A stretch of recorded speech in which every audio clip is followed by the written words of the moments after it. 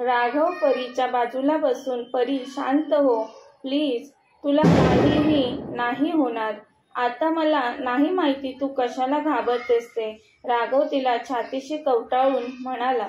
त्याच्या आवाजाने आणि त्याच्या काळजीयुक्त स्पर्शाने तिने त्याच्याकडे पाहिलं. राघवचा चेहरा तिच्या चेहऱ्याच्या समोर होता. त्याने तिचा चेहरा हातांच्या ओंजळीत घेतला आणि काळजीने तिच्याकडे बघून म्हणाला, तू माझ्यासोबत आहेस, घाबरू नकोस. त्याचं बोलणं ऐकून तिने रडत त्याला मिठी मारली. मी सांगतोय ते ऐकशील परी, आज तू हे जे रडत आहेस ते शेवटचं. यापुढे मला या डोळ्यात अश्रू नाही दिसले पाहिजेत. मी आहे ना, मी कायम तुझ्यासोबत आहे. राघव आश्वासक नजरेने तिला बोलतो. नाही ना रडणार, पुन्हा विचारतो तो. ती त्याच्याकडे पाहत मान हलवत नाही म्हणाली. तो ओके, गुड गर्ल बोलतो. तुला जेव्हाही वाटेल तुझं मन माझ्याकडे हलकं करावं तेव्हा न संकोचता लगेच मला सांग. तो तिच्या केसातून हळूवार हात फिरवत कुरवाळत म्हणाला तिला. काही वेळाने त्याच्या मिठीत तिला झोप लागते. तो त्याच्या रूममधून मॉमला भेटायला जातो. नेहाविषयी बोलायचं असतं त्याला मॉमशी. मॉम. तो मॉमच्या रूममध्ये येऊन मॉमला हाक मारतो. राघवला पाहून मनात साठलेल्या त्यांच्या मनातील भावना दाटून येतात. मुलगा असतो तो त्यांचा. त्यांच्यात कितीही मतभेद असले तरी अडचणींच्या वेळेस तेच होणार होते एकमेकांचे आधार. शालिनी त्याच्याजवळ येतात आणि त्याच्या मिठीत शिरून रडू लागतात. मॉम, रडू नकोस, मला सगळं समजलंय. त्या रडत बोलतात. काय कमी केलं नेहासाठी आपण राघव? तिला ती म्हणेल ते दिलं. खूप लाड केले तिचे. ते हे दिवस दाखवायला का? मॉम, तू जास्त नको विचार करूस. जेवढा विचार करशील तेवढाच जास्त त्रास होईल मॉम तुला. तू काही खाल्लं नाहीस, चल पहिलं काहीतरी खाऊन घे. राघव, नको मला काहीही. माझी इच्छा नाही. तू कधी आलास? मॉम, मी रात्री आलो. तू चल माझ्यासोबत. तो मॉमला हाताला धरून डायनिंग टेबलजवळ आणतो. मेडला सांगतो मॉमसाठी जेवण आणायला. जेवणासाठी कोणीच हजर नसताना त्यांच्या घशाखाली घास कसा उतरणार होता? त्या विचारतात. राघव, परी कुठे आहे? तिने काही खाल्लं का? राघव बोलतो. मॉम, तिची तब्येत ठीक नाही, झोपले ती. काय होतंय परीला? त्या काळजीने विचारतात पटकन. तो सांगणं टाळतो. एवढं काही नाही मॉम, ती जेवली नव्हती 2 दिवसांपासून, म्हणून अशक्तपणा जाणवत होता तिला. डॉक्टरांनी औषधं दिलेत, बरी आहे ती. औषधं खाल्ल्यामुळे झोप लागले तिला. ह्या घरात काय काय घडतंय पण मला कोणीच काही सांगत नाही. राघव, परीला जेवायला घेऊन ये जा. परी आल्यावरच मी जेवेन, शालिनी बोलतात. तिला पाहिल्याशिवाय माझ्या घशाखाली घास नाही उतरणार आता. मॉम, पण ती झोपले. ती झोपेल जेवल्यानंतर. तू जा आणि तिला उठवून जेवायला आण पहिलं. मॉम आता काही ऐकणार नव्हती त्याचं. तिच्या वागण्यावरून तसंच दिसत होतं.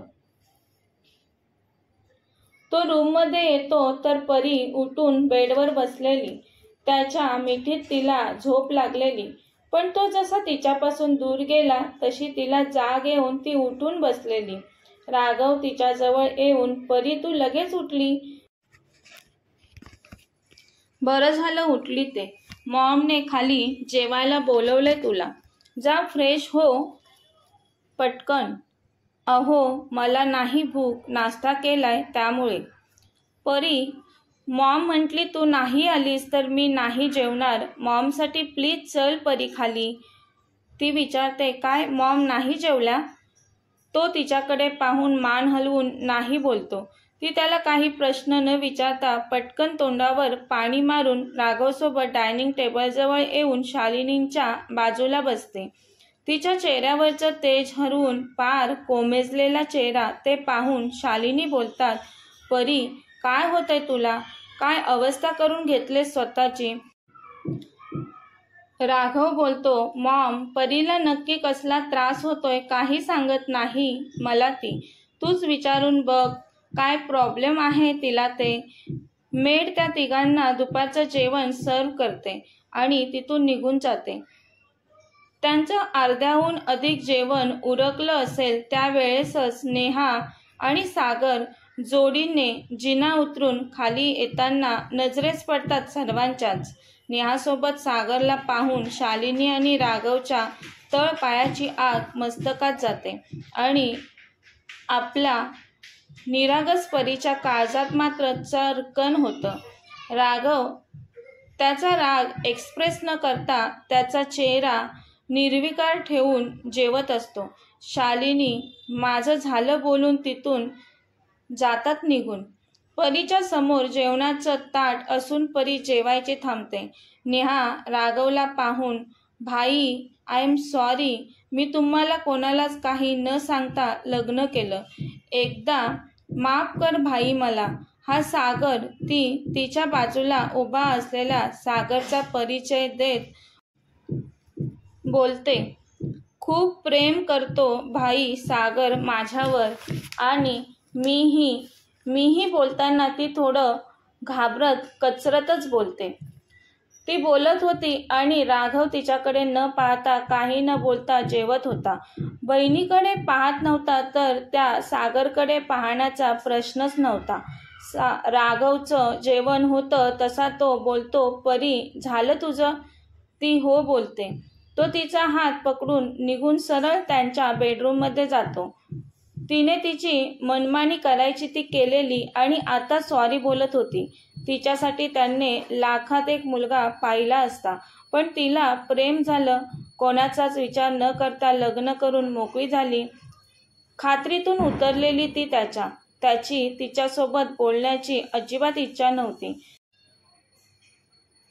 राघव निघून गेल्यावर नेहा सागरकडे पाहून बोलते, सागर, कोणीच नाही बोलत माझ्याशी आणि रडू लागते. तो लालघाटू सागर तिचं खोटं सांत्वन करण्याचं नाटक करतो. नेहा, होईल सर्व नीट, तू नको काळजी करूस. ते सगळे रागवले तुझ्यावर, पण मी आहे ना, मी करेन सर्व ठीक. तू थोडा वेळ दे मला. बोलून तो तिचे डोळे पुसतो. चल जेवूयात आपण. दोघांनाही भूक लागलेली त्यामुळे नेहा काही न बोलता जेवायला बसली.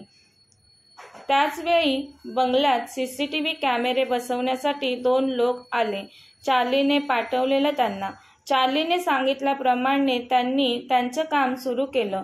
त्या धूर्त सागरच्या लक्षात आलं. लगेच ते सर्वत्र कॅमेरा बसवत आहेत ते पाहून तो मनात बोलतो, राघव इनामदार, कुठे कॅमेरे लावणार आहेस तू? तुझ्या चिकण्या बायकोला माझ्यापासून किती वाचवणार आहेस? तुला तुझ्या कर्माची शिक्षा मी तुझ्या बायकोला त्रास देणार आहे. त्याने मनात काहीतरी विचार केला. जेवल्यानंतर तो नेहाला बोलला, नेहा, काल मी इथे तुझ्यासोबत राहिलो. घरी मॉमला काहीच सांगितलं नाही. मी गावी जाऊन त्यांना आपल्याविषयी सांगून पुन्हा तुझ्याजवळ येईल. तिला तो गोड बोलून पटल अशा भाषेत सांगत होता. ती हो बोलते त्याला जाण्यासाठी. तो निघून जातो. ते रात्री डिनरच्या वेळेस कळतं सर्वांना. दुसऱ्या दिवशी राघव परीला स्वतः कॉलेजला सोडतो. ती नाहीच बोलत असते कॉलेजला जाण्यासाठी, पण राघवला तिला घरात अशी घाबरत ठेवायची नव्हती, म्हणून तो तिला जबरदस्ती कॉलेजला सोडतो. असेच 2-3 दिवस जातात. सागर गेलेला तो काही पुन्हा बंगल्यावर आलाच नव्हता. नेहाच्या टेन्शनमुळे शालिनी यांनी देवपूजा करणं सोडून दिलेलं. त्या टेन्शनमध्ये राहायच्या. त्यामुळे आज सकाळी परी देवपूजा उरकून सूर्याला अर्घ्य देण्यासाठी गार्डनमध्ये येते. ती सूर्याला अर्घ्य देऊन बंगल्यात येण्यासाठी वळली तर राघव त्यांच्या बेडरूमच्या गॅलरीतून परीकडे एकटक पाहत असतो. तिने त्याला ब्रेकफास्टसाठी खाली या असा हाताने इशारा केला.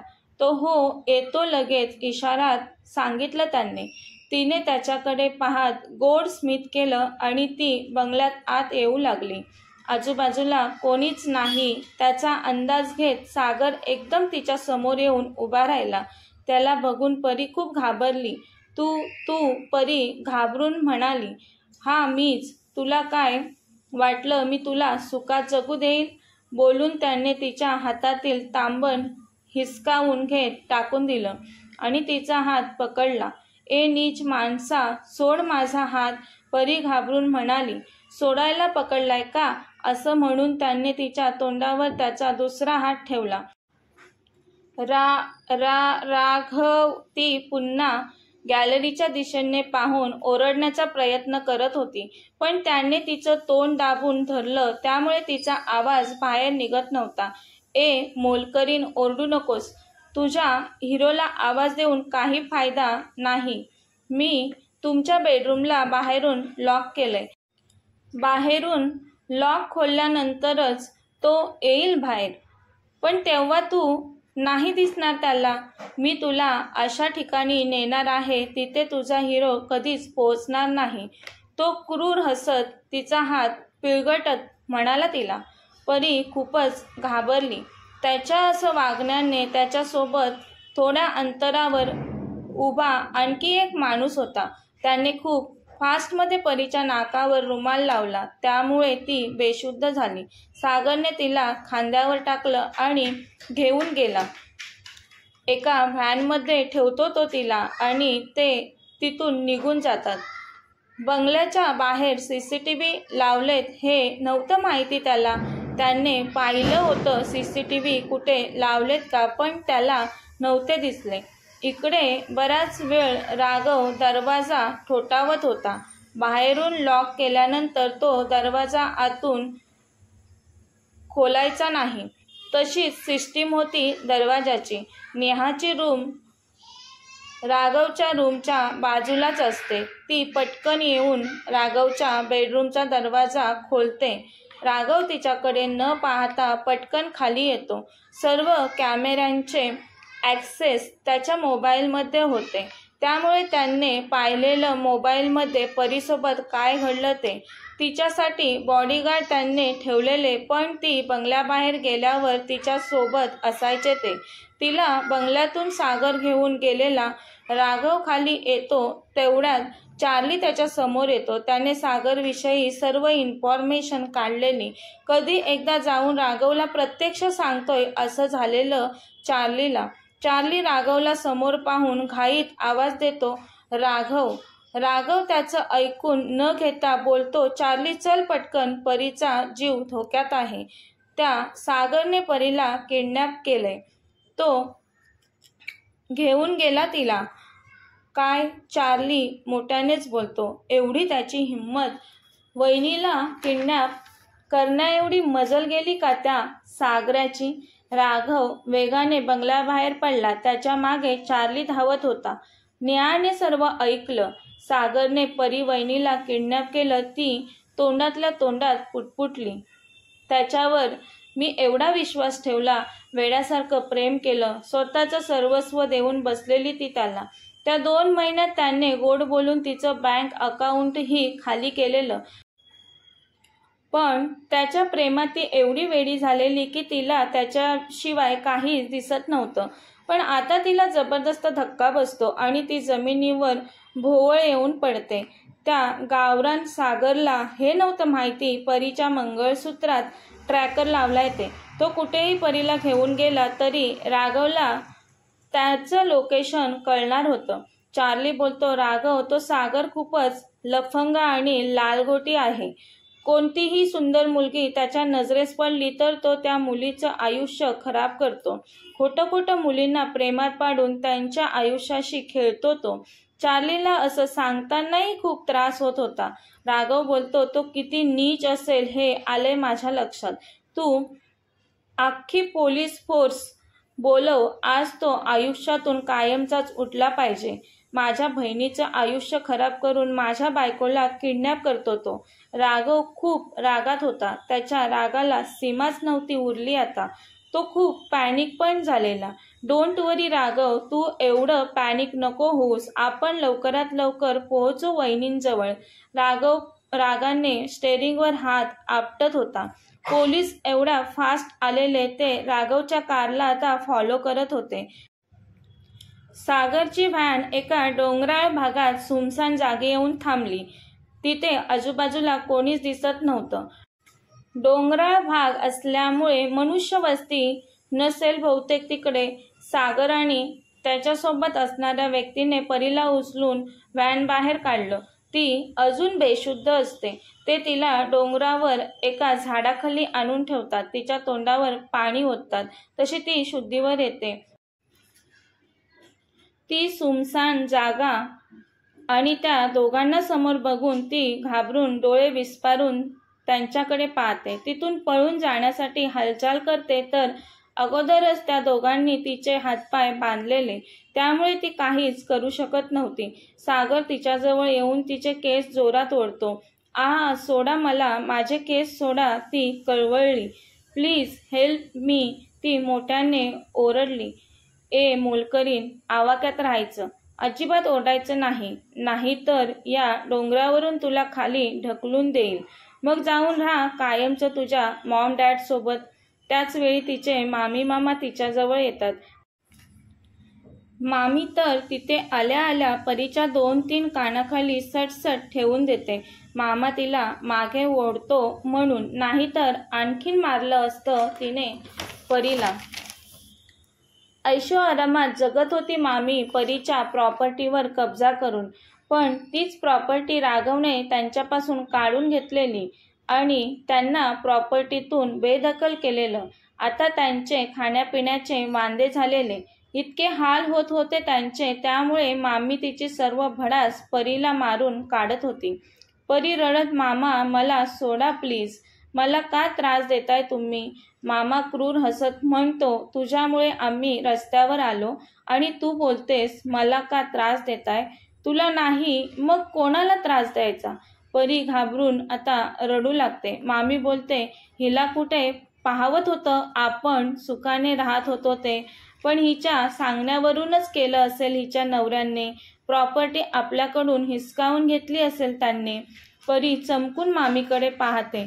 तिला तर राघवने असं काही केलं ते माहितीच नव्हतं. सागर बोललेला तिला, पण ती सागरला पाहून इतकी घाबरलेली ती राघवला विचारायची विसरून गेलेली. सागर बोलतो, आता काय करायचं हिचं, ह्या डोंगरावरून ढकलून दे. आपलं जीणं मुश्किल केलंय. हिला जगायचा अधिकार नाही. मरून जाऊ देत हिला, मामी बोलते. तसंही ही आता आपल्या काहीच कामाची राहिली नाही. सागर तिचे बांधलेले हात पाय सोडतो. तिला डोंगरावरून खाली ढकलण्यासाठी तिला ओढत घेऊन जाऊ लागतो. ती, प्लीज माझ्यासोबत असं वागू नका. काय मिळणार आहे तुम्हाला असं वागून. प्लीज सोडा मला, बोलत असते. पण सागर तिचं काहीच ऐकत नसतो. तो तिला डोंगरावरून ढकलून देतो. राघव, चार्ली, पोलिसांची टीम डोंगरावर पोहोचते तेव्हाच सागर परीला धक्का देतो. ते पाहून राघव परी मोठ्याने ओरडतो. कथेचा पुढील भाग पाहण्यासाठी चॅनलला सबस्क्राईब करा. कथा आवडल्यास लाईक, शेअर आणि कमेंट करायला विसरू नका. कथेचे यापूर्वीचे सर्व एपिसोड प्लेलिस्टमध्ये सेव्ह आहेत. पाहिले नसतील तर कृपया पहा. धन्यवाद.